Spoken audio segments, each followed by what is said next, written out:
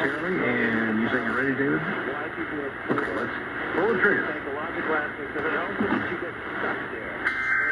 And it's not that it necessarily spurs you on to go after. You can just get enervated from it.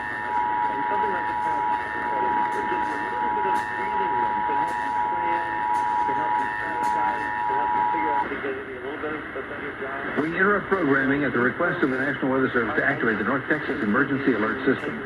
The National Weather Service has issued severe thunderstorm warnings for southeastern Denton County and southwestern Collin County until 10:15. A severe thunderstorm is located over the community of Bartonville near Trophy Club moving east at 25 miles per hour. Previous thunderstorms have produced tornadic circulations near Auburn moving east across the Collin County line.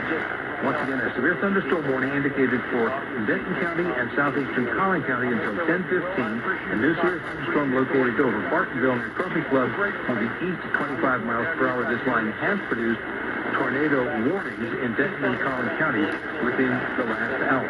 All North Texas stations affected by this alert are requested to relay the preceding message.